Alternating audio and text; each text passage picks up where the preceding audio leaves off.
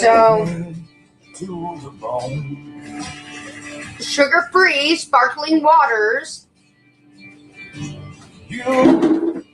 Good choice, Katey.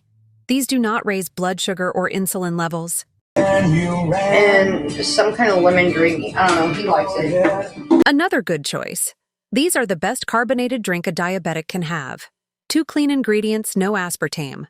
And lemon juice regulates blood sugar naturally, so these will actually help reduce an insulin response.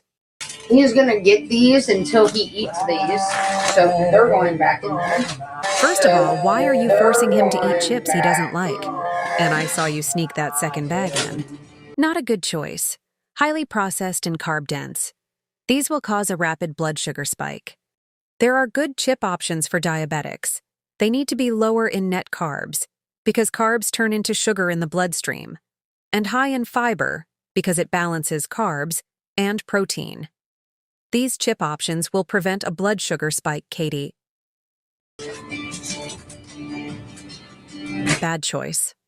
Carbs turn into sugar, Katey. When we do shit like this, we are throwing up fire alarms all over our body. Our blood is balanced at 1 teaspoon of sugar. So if you look at this chart here, this is what the food breaks down to in your blood. Now they're using table sugar as an example, but when I say blood sugar and blood glucose interchangeably, it's the same word. Glucose is the more medical terminology for it, but it all breaks down to glucose. The Snickers bar you eat is the same glucose as the cup of basmati rice you eat. Okay, it's the same glucose. Same with the meat you break down. All the same glucose in your blood. 1 cup of basmati rice is equivalent to 10 teaspoons of sugar. Okay, look at the potatoes. Look at the spaghetti. A cup and a half of spaghetti, of pasta, you could fit that in 2 hands. So you can see here what the problem is. Our blood is balanced at 1 teaspoon of sugar. When we do shit like this, we are throwing up fire alarms all over our body. We got to get this glucose down, and the body gets excited about it because guess what it can do? It can turn that glucose into fat really easily. His little monkey sugar. It's called monk fruit, not monkey. Good choice.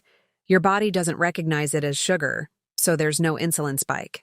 But add sweetness to whatever you're cooking. Has told me enough times he does not like this yogurt. But we got a lot of it to go through, and I don't want to waste it, so I'm going to mix it with this. I'm going to put a little bit more of this, mix it up. It don't mean much. Sugar on jack, match on fire, gold on ice, a dead man's touch. Whisper on the street. That's a lot of yogurt, a lot of calories. She put tablespoons of real sugar into the yogurt. Real sugar in there.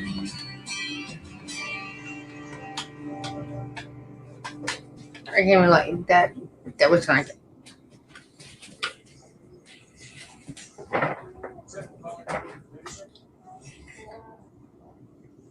That's better. That's a lot better. Some other questions. It's not better for Brian's health, dumbass. He has diabetes, remember. She adds in frozen mixed fruit. And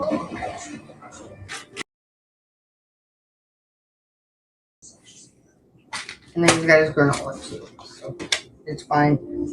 Is it fine, Katey? 500 calories and 80 carbs. Horrible for a diabetic, actually. That yogurt parfait you made has over 1,000 calories, Katey, and 138 grams of sugar. He is diabetic. His total sugar intake for the day should be less than 36 grams for the entire day.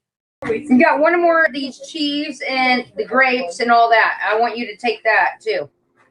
It's got almonds. Good choice.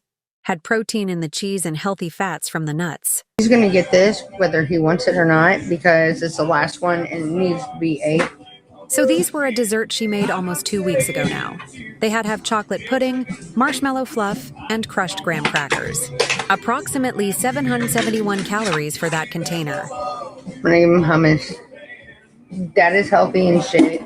Good choice. Protein and healthy fat. Low carb. Oh, it's sugar. He's going to get an apple and an orange. It's not a lot of sugar. You got to understand. He has snacks plus his main lunch. So, honey bun. Hell yeah.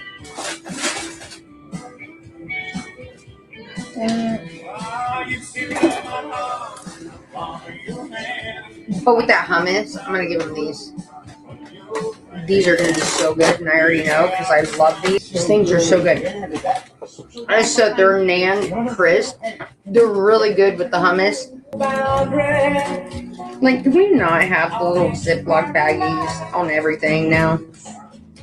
There we go. Bad choice. Carbs turn into sugar, Katey.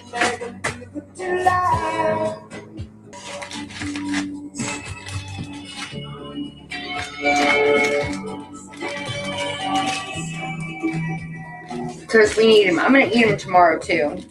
Alright, he's alright. Because these are fucking good. I don't care. He can nuke them and they'll be fine. And you know what? Even if he doesn't want to, he can go eat something else. So, fuck you, Larry. I just don't want to waste leftovers. These are what Katey calls Monte Cristo sandwiches. They have ham and cheese, white bread that's fried in pancake batter and dipped in jelly. Horrible choice for a diabetic. Do you want me to put some of that roast beef in there? Yeah. I'll make a roast beef sandwich for myself later. And a roast beef sandwich? Oh my God, Brian.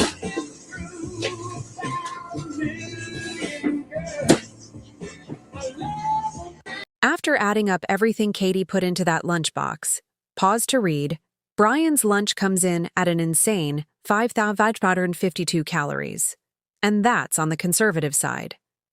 I did not account for his morning coffee, any breakfast he might have had, or condiments and sauces he might have added. 272 grams of sugar, just in his lunch. He still comes home and eats the mountain of food she plates him up for dinner. 7,903 milligrams of sodium, which is actually insane. And a very measly 50 grams of fiber. Making food and eating as a diabetic is not hard. You just need to adjust what you are buying and how much you are consuming. No one is expecting perfection. But this is absolutely ridiculous, Katey. I was asked to show some examples of a good lunch for a diabetic. So here are a couple. One of the men is a competitive bodybuilder, so I don't want to hear from Katey, well, Brian's just bigger than those guys. No, he's not. Fatter maybe, but not bigger. Here's how I pack my breakfast, lunch, and snacks for a full day at work as a type 1 diabetic. So, we focus on the Power 4 for blood sugar balancing meals being our protein, carbs, fats, and fiber. So let's start with our breakfast and see what we've got going.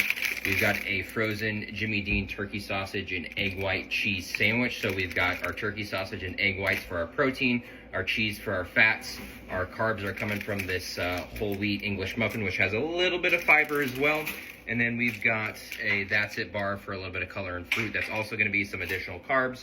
And then we've got a Perfect bar, which has some protein, carbs, and a little bit of fiber too. So we've got our protein, fats, fibers, carbs, all covered. Got the Power 4 blood sugar balance, quick, easy breakfast at work. For lunch, my lovely wife was kind enough to meal prep a little bit of protein pasta, chicken sausage, and peppers for our main entree here. So chicken sausage, protein, protein pasta, protein, carbs, and it actually has quite a bit of fiber as well. And then we add the color and our fiber and our peppers. And then on the side, we've got some carrots because my wife says I need to eat more vegetables and it's a good source of vitamin A and color. And then we've got a little bit of applesauce as well.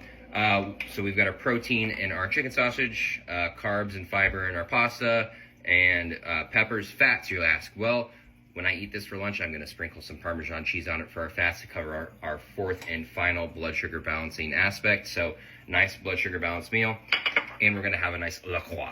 And then to get us through the rest of our day for a nice afternoon snack, we've got our Chobani Complete Protein Smoothie, Yogurt, Shake, whatever you want to call it. I freaking love these. And then we've got a Bear Bells Protein Bar.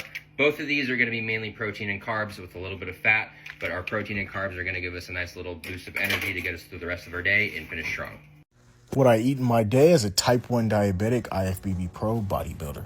First, we have 4 whole eggs with 4 slices of sourdough bread and garlic powder on the sourdough bread. 15 minutes before, I bolus in my pre-meal insulin, and then I'm all good to enjoy my first meal. During this first meal, my Omnipod expired. Had to change that real quick. Nice, clean, and easy. Now, meal 2, we have 80 grams of oats with some almond milk and 2 scoops of protein powder, along with our insulin delivery, of course. And then scarf this one down before our pre-workout meal. Now, meals 3 and 4 are going to be 250 grams of rice each with 8 ounces of fish, where the only difference is that meal 3 is going to have 2 Rice Krispies pre-workout meal, and meal 4 is going to have 2 rice cakes post-workout. Meal 3 is higher in carbs. We gotta bolus our insulin correctly. Now, if you are type 1 diabetic and thinking about getting into bodybuilding, the timing of your insulin is everything. This could be the difference between you going hypo and passing out at the gym, or your sugar going too high and not being able to get it back down. Now, my sugar did in fact start dropping low after this workout, so I had to take in my Gatorade before meals 4 and 5. Meal 4 is gonna be the fish and rice that we cooked earlier, while meal 5 is a protein shake before bed. Katey, you need to educate yourself. I don't think you really even understand what diabetes is, how it works, what's happening inside the body, or how different foods affect it. If you actually loved this man, you would be trying to help him with his health, not destroy it. I doubt he would make it to his 55th birthday eating the way you feed him.